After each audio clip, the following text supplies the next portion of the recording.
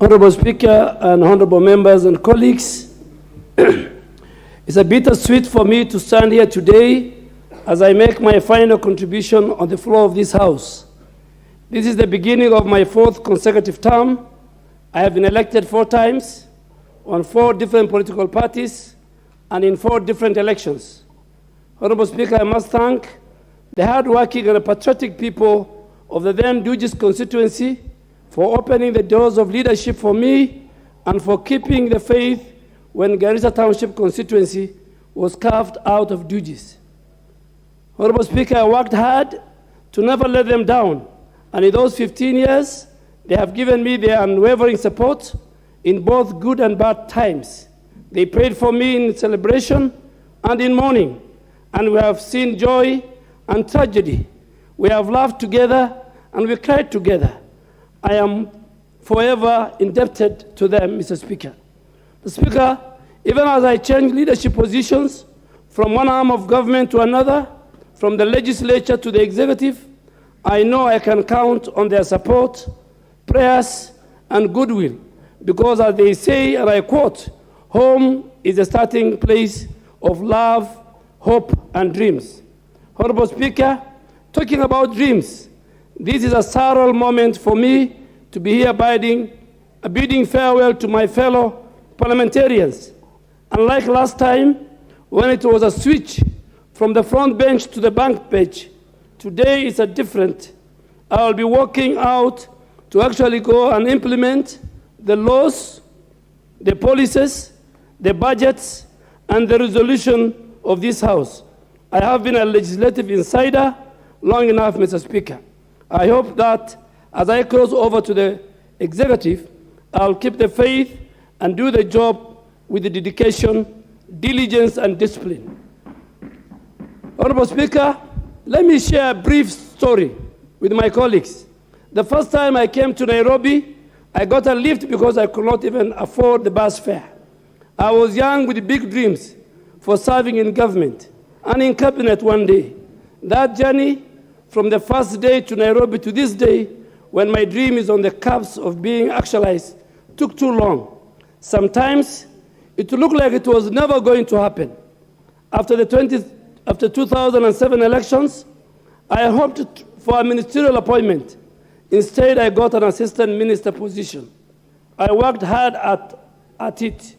I excelled at it as some of the few ranking members, led by you, who was a Minister for Foreign Affairs, and Honorable John Bandi, who served in the 10th Parliament, can bear witness.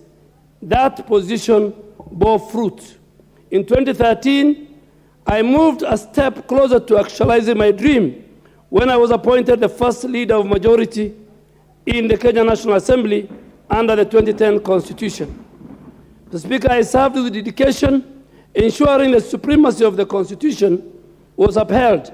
I delicately balanced the wishes of the majority party, the needs of my constituency, the national interest, the public interest, and the parliamentary independence. Sometimes it worked, at times it did not. But overall, together with the colleagues inside this House and those in the executive, we made progress. We transformed our country. In 2017, Mr. Speaker, I was reappointed to the position of Leader of Majority to complete the journey. We walked that path in tough years of the pandemic, of the COVID-19 pandemic, the harrowing years of the handshake, and the crazy season of the BBI euphoria. I weathered the storm until June 2020, when I stood here and told your predecessor and the colleagues who were there that the season has come to an abrupt end. It was one of my many lessons in politics that sometimes you may do things, you may do everything right, deliver on your promises, execute all the assignments, and do all the right things. You will perform. You will get excellent results. However, you must have the spine to stand by your friends. I'm a living testimony, Mr. Speaker, that you don't have to betray your friends to thrive in politics. Ignore that nonsense I stood by William Ruto, now His Excellency President William Ruto, and Commander-in-Chief of the Kenyan Defense Forces. He stood by me. The currency of political hygiene, Mr. Speaker, is loyalty, being principled. Can your friend rely on you when it really matters? Can you rely on your friend when it really matters? Can anyone depend on you? As many of my colleagues in here will tell you, we walked on fire, but we stood firm. We stood with the truth. We did the right thing. We did not abandon our friends. Eventually, the good guys won. I trust that we now have the opportunity to right the wrongs. Now in 2022, Mr. Speaker, I am here bidding farewell to the House to go and serve in the cabinet. That is the power of dreams. It's a miracle. But the lesson for me, Mr. Speaker, is the same philosophy that we in the Kenya Kwanza Coalition, the Hustler Nation, have been preaching. If you believe in it, if you put your mind to it, if you work hard at it, God will make it happen for you. It doesn't matter how long it takes. He will guide your steps. He will give you the push. He will support your dreams. Every hustler must rise. Everything is possible if you keep trusting. Honorable Speaker, I served under 3 speakers. First was under Speaker Marende for 1 term. 2 terms under your classmate and campus roommate, Justin Bedan Njoka Muturi, and just under 41 days of your leadership. You have so far guided this House fairly, firmly, and with keen political acumen. Given your years in politics, I am not surprised, Mr. Speaker. I trust your leadership will help transform this House, this Parliament, and this country. I also served under 5 clerks. I begin with the late Samuel Ndindiri, then worked with Patrick Gishohi. Thereafter, I worked more closely with the late Justin Bundi and his successor, Michael Sialai. In the current Parliament, I have worked with acting clerk, Sahara Kyoko. All these professional gentlemen and 1 lady have made my stay in the National Assembly memorable. Mr. Speaker, the second tip I have for my colleagues is about the staff of Parliament. We have 1,000 qualified, intelligent staff with the degrees, masters and PhD in this House. They are civil servants. They know a lot of things. They can make your career shine, but you have to go to the offices. They will not come to you. You have to ask the questions. Don't be afraid to ask. There is no stupid question that they have not had. There is no impossible request they have not received, Mr. Speaker. They have seen it all. Speak to them. You will be surprised at the depth of knowledge that they possess. They will guide you in your roles in legislation, in representation, and even in oversight. Don't think you are too important to speak to a parliamentary staff. They have seen politicians come and go. They will be here when you leave. I found some of them here, and I'm leaving them here. But I am going away with tons of knowledge. Please use them to help transform this country. Honorable Speaker, my third tip to my colleagues is that when it comes to legislature, we sing and swim as one. We are here to work for the people of Kenya. We make laws to serve the nation. It doesn't matter which side of the political divide you are from. Always strive to do the right thing. There's no use trying to embarrass your colleagues or act thoughtlessly. If you do so, you just lower the dignity of the whole House. Think about the honor as you go about your business.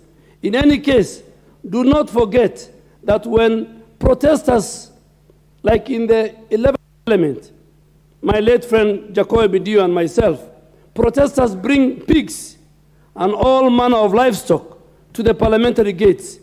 They will equally offend all of us.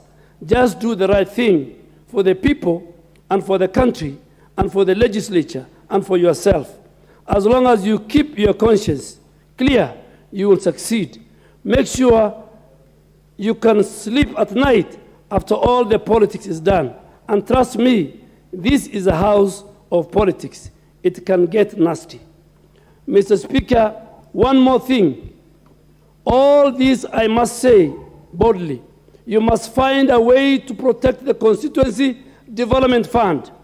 I am not saying this for sentimental reasons or for your egos. I have seen CDF change lives in all constituencies in this country. It has built schools, hospitals, roads, police stations, provided water, toilets, and bursaries to our school-going children, even food. We know how transformative it is. It is unique to us as the only legislature in the whole of the Commonwealth to have it in place. We know the courts have made their findings.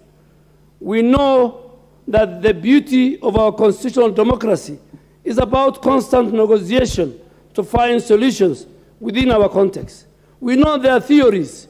We also know what works. CDF has proven over and over again to be a solution. Let's do all we can to find a way to keep CDF model alive. In this way, we'll do a lot of justice to our people. As we speak about our constitutional architecture, Honorable Speaker, I also have to beseech my colleagues in the legislature to help guarantee the independence of the judiciary. Do everything you can to make sure the judiciary has the operational and financial autonomy. We have seen what has captured justice system can do. Let us restore faith in the judiciary. You have seen what His Excellency President William Ruto has done to that end. Let's support him. On a related note, let's also keep our independent institutions independent. Don't make laws that will hobble these institutions. I naively did that at some point, but I have since learned how costly it is to the people of this country and even to Parliament. And I trust, Mr. Speaker, that in this term, you will revisit those laws and remake them in the spirit of the Constitution. Honorable Speaker, as I come towards the end of this farewell note, let me also tell my colleagues, when you got elected, you made a pact with your people. You had an agenda for your constituency, a deal with your community. And after election, I'm sure many of you have realized that your party also has an agenda. There is also the media with its own agenda. If you are not careful, you may end up abandoning your people. Keep your focus. Serve your people. They are all that you have. Don't let the lights and the shillings of the city fool you. At the end of the day, you must have dignity and honor to face your people and seek re-election. Don't abandon your people. Don't switch off your phones. Don't disappear from the constituency you are elected to help solve problems. Please do your job. As I go to the executive, Mr. Speaker, arm of government, I promise to work with members here. If any one of you wants my help, please do not hesitate to visit my office. I will make time for you. You will not wait, unless, of course, if you become too frequent and make it difficult for me to do my job. But seriously, Mr. Speaker, please let us coordinate, because we are serving the same people, the same country, for our future and the well-being of our generation. I also look forward to actualizing the provisions of Article 125 and 153 of the Constitution to come to this House and respond to your questions directly. I will also honor all requests to appear before the House Committee. As I conclude, Mr. Speaker, I want to ask my colleagues and all Kenyans watching, for one thing, their forgiveness. I have been in this parliament for years, and I may have said words or done things that may have annoyed you, wronged you, or offended someone.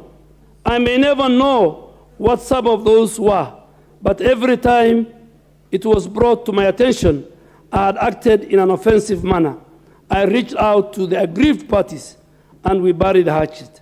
I ask that as I go to the executive, you also grant me that honor. Sometimes, due to the nature of our politics or firmness required to execute the assignments. I may have upset or offended you. I apologize unconditionally to anyone in this house and outside this house who I may have wronged. For Honorable Kimani Ichung'wah, the leader of the majority party, it is my pleasure to congratulate you. I may have served the longest so far in this office, in that office, but you are now the man in the chair. You are hard working, disciplined, and very intelligent man you are. I have no doubt that you will excel. The sky is the limit for you, Honorable Ichung'wah. I once again ask for your kind support and support of my colleagues, honorable members, and Honorable Speaker, as I join the executive. Honorable Speaker, let me also congratulate my former immediate chairman of the Public Accounts Committee and my former minority leader, Honorable John Badi, and Honorable Opiyo Wandayi, who is the current minority leader. Two fine gentlemen, intelligent, hard-working, people of consensus, who every time we had an issue in the House or in a committee, in Public Accounts Committee, we could bring our heads together. I want to thank Honorable John Bandi, Honorable Opiyo Wandayi, and my other colleagues who are not with us, the late Honorable Jacoyo Midio and the late Honorable Member for Kitui West, the Honorable Nyenze. Honorable Speaker, I look forward to a harmonious working relationship between the legislature and the executive. The country needs us to step up. We must do it in the service of the nation. I trust that the people of Garissa Township will send to this House a hard-working and a patriotic lawmaker as my replacement. Please, Mr. Speaker and colleagues, grant him or her the need to continue serving the people. I must now sit down. And Mr. Speaker, in accordance with the Constitution, this afternoon, I will hand over my resignation letter so that you can send the writs to IEBC so that they give the people of Garissa an opportunity to elect a new member of parliament. And as I sit down, I will not say goodbye to members. I will say see you soon, because I expect to be back as a cabinet secretary to respond to your questions. And as we transform this country from bottom up, I trust that you will approve, and you have done so far, approved my cabinet position. I want to thank all the members, the 349 members, the staff, the committee of appointment, and the media, and all the people who gave me that opportunity. Honorable Speaker, I want to thank you for the time you have accorded me. Thank you, sir. Thank you, the Honorable Duale. On behalf of the House, I wish you well in your new assignment. Only that you didn't tell your colleagues how frequent is too frequent. That will enable you lock the doors.